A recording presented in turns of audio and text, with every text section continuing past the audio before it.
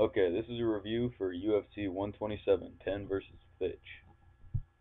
We're going to start off on the main card. I believe the main card starts with Kyle Noak versus Chris Camozzi.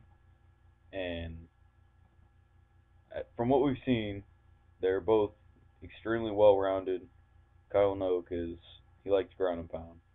He's pretty well rounded in every aspect, however. He's gotten his share of submissions. But Chris Camozzi, he's the same way. He's pretty well rounded, but he prefers the stand up. He likes to stand and bang. And that dude has just got all sorts of heart. You can't say he doesn't. After what happened on the Ultimate Fighter, and he just kept pushing. He's got a lot of heart. So in the end of that fight, I'd have to give it to Chris Camozzi. I think get he'd probably lure Kyle Noak into a nice brawl and probably TKO him second or third round. That's by my guess. In the second fight of the evening, that will be Chris Lytle versus Carlos Condit.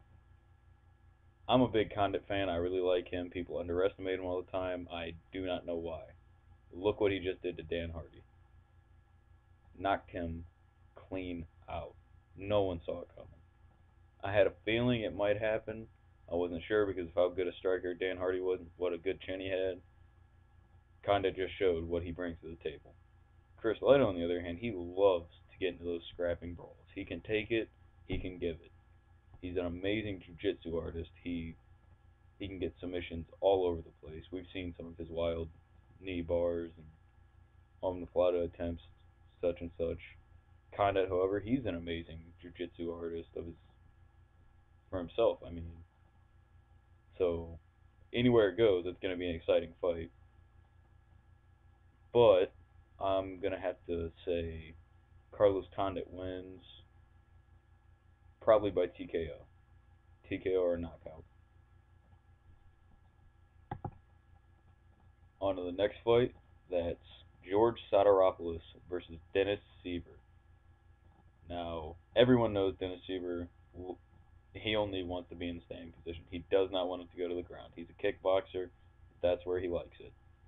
Sotiropoulos, he's the exact opposite. He wants it on the ground. He's going to take you to the ground, whether you like it or not.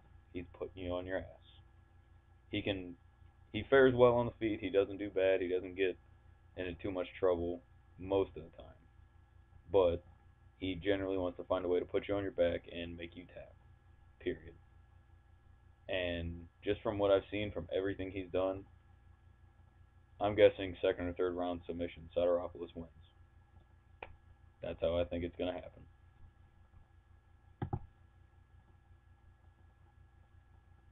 The main of the co-main event, Michael Bisping versus Jorge Rivera. They've been talking trash to each other. That just always makes the fights fun, you know.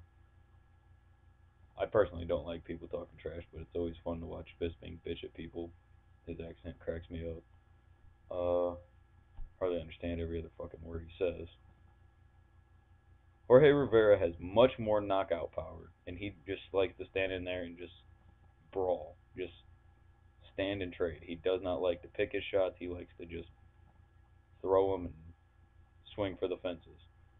Michael Bisping, much more technical striker, picks his shots, throws good combinations, gets in and out well. Good jiu-jitsu artist. He's a much better wrestler than people give him credit for. So I'm imagining he'll probably put Jorge on his back, beat him up a little bit, probably get a decision victory. That's how I'm seeing it. Or on the contrary, it could be a flash knockout. Jorge could just take it right to him in the first round and it's all over. But in the end, I'm saying Bisping by decision for sure. On to the main event: B.J. Penn versus John Fitch. First of all, whoever wins this fight better get a title shot. If they don't, that's bullshit. Both, especially John Fitch. He's dismantled every single top welterweight in the division. He doesn't deserve it any. No one deserves it more than him. BJ just came back up to the welterweight division and he made a statement, a big statement. I think he's really got his fighter spirit back. It was kind of hard to tell because it was a 20-second fight, but that's the first time you've seen him really go after somebody with that much intensity and how long, and he got what he wanted. So his fighter spirit is back. I think the fact of if he can beat Fish is if he works hard enough, if he really gets his cardio strength up to that level. Because Fish, his endurance is second to none. He's the closest to being the most well endured next to GSP and Frankie Edgar, in my opinion anyway. Extremely hardworking. I think this is going to be a real technique versus experience and skill. I mean, it's going to be a lot of BJ's technique versus all of John Fitch's hard work and endurance to see who can get it. I'm imagining that John Fitch is probably going to grind out a decision. He's a grinder. He's a wrestler. He likes to take you down, beat you up a little bit, really just smother you, just grapple a lot, which grappling with BJ Penn, not always the best idea. He can submit you. He's just a legend of Brazilian Jiu-Jitsu. So,